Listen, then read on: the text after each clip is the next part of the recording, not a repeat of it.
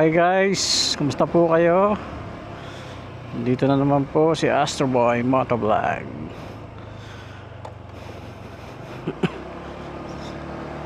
Sa vlog natin na to, pag-uusapan natin yung pag-upgrade natin dito kay Giorno, no? Honda Giorno natin.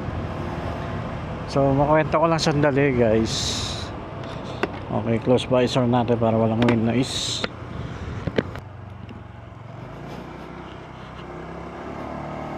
Hello guys, kumusta po? I'm here, Astroboy Motovlog again. Kumusta po kayo? Tagal natin din nag-vlog.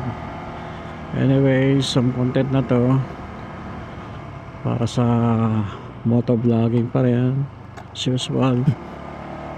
Pag-uusapan natin yung kung bakit tayo nagpalit ng motor from 400cc exciting 400i. Yan ang pag-uusapan natin ngayon, kung bakit tayo nag-upgrade from 400cc to lower cc.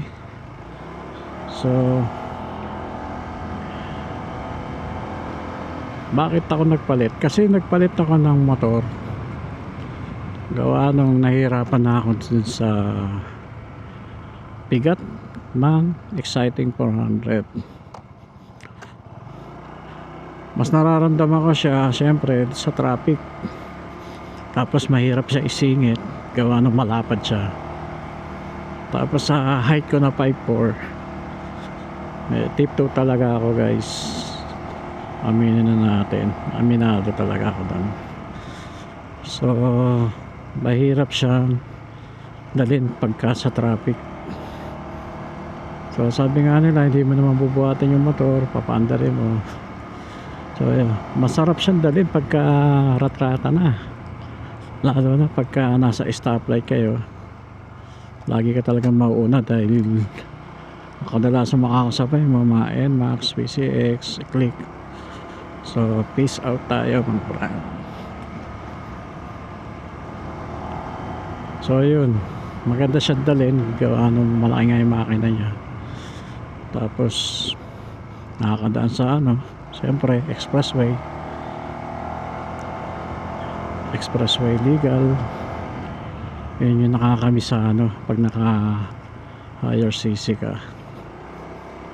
So ito yung mga advantage advantage na naka higher cc.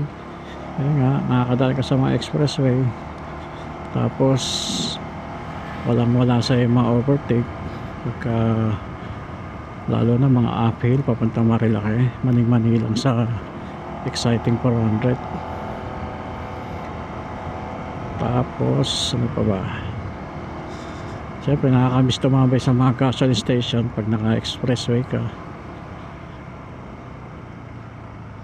Tsaka mas mabilis ang biyahe, kunyari pupunta ka ng Baguio, naka expressway ka.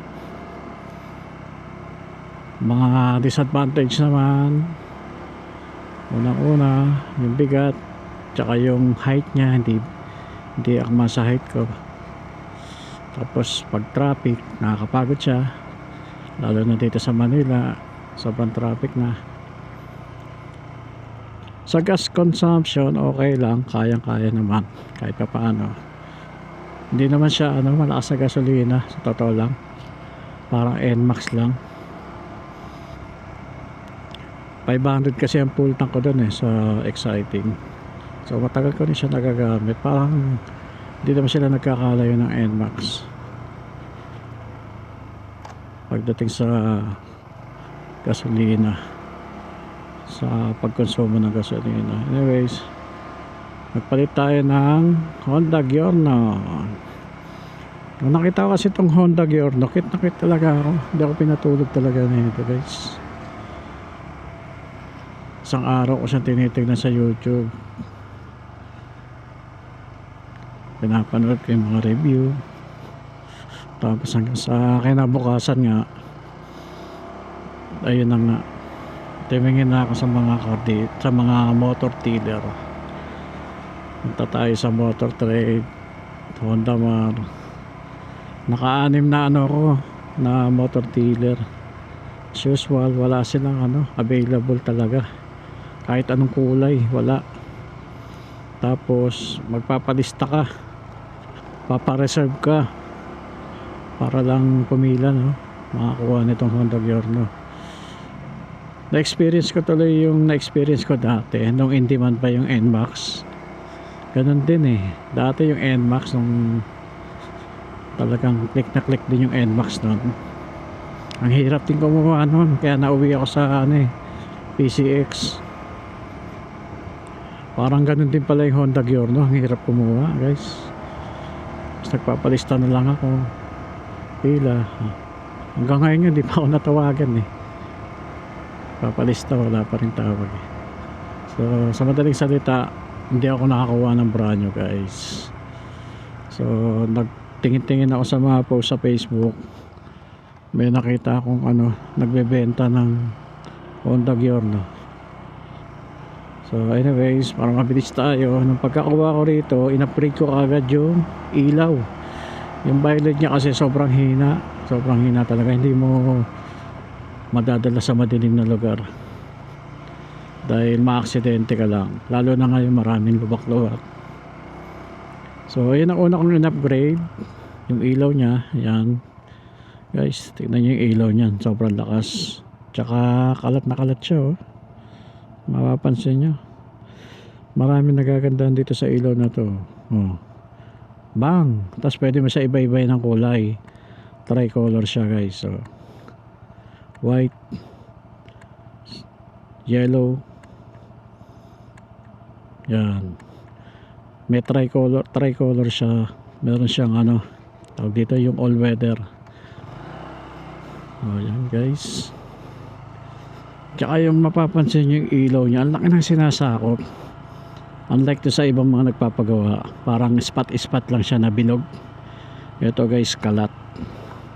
Kaya nung dinala ko to sa Marilaki, madilim pa. Kasi kasi daw di ako napahiya sa gastos. Ginastos ko, sulit na sulit. So inabot pala to ng 7,500. Shoutout kay Papa Bon Works, baka naman. Tapos naka-connect pala siya sa apps doon sa cellphone.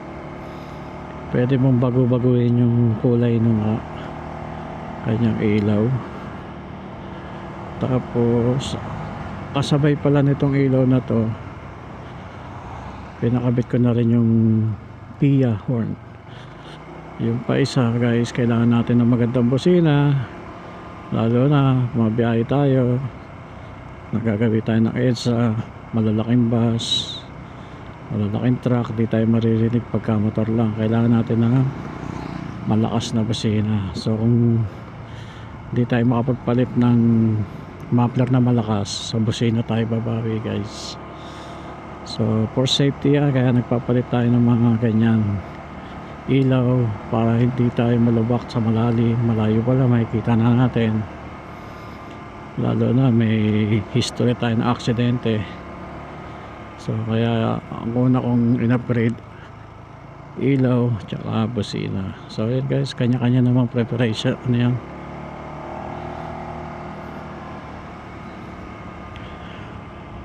so yun lang po. Siguro papakita ko rin sa inyo yung sinasabi kong rainbow color nya So ito guys, papakita ko sa inyo. Wait lang tayo. Tayo na madilim. Dito tayo sa madilim.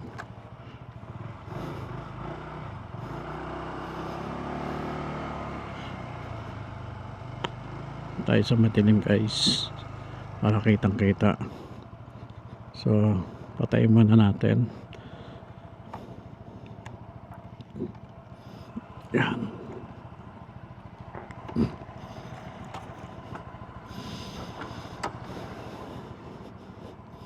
So ito guys,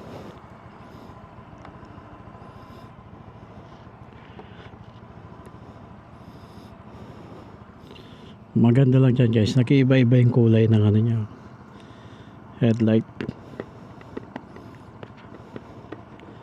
7 colors.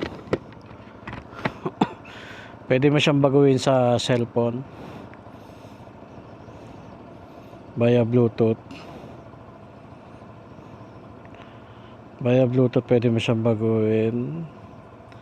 Hindi ko na matandaan yung apps na yan, pero anyways, basta nandito yun. Yata animation, kukonek mo siya. Anyways, sunod na lang. Basta pwede mo siyang i-connect sa apps. Pwede mo siya i-connect sa apps, guys. So ito yung itsura niya, 7 colors. Tapos syempre hindi naman natin ginagamit yan pagka nagta-travel tayo. Ginagamit lang natin yan pagka nakahinto tayo, guys. Yan lang, pamporma lang talaga. Pero hindi natin pwede gamitin yan pagka nagta-travel tayo kasi uhulihin tayo ng mga LTO, guys. So yan lang, pag nakapark lang siya, yan mo lang siya pwede gamitin. Katulad yan, mag-New Year, pwede mo siyang gamitin ng ganyan. Display lang ba, pwede mong laro-laruin yan sa apps. Hindi ko pa kasi naan eh. Tsaka may switch siya dito, yung switch niya tinago ko rito. So pwede mo siyang pinutin pag gusto mo lang paganahin o ipatay. Yan, nakapatay. Tapos back to ano tayo, pass LTO. Yan, mapasok sa LTO. Yan, white. Yan yung pinaka dim light niya pa lang.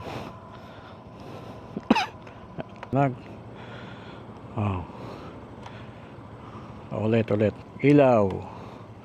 Yellow.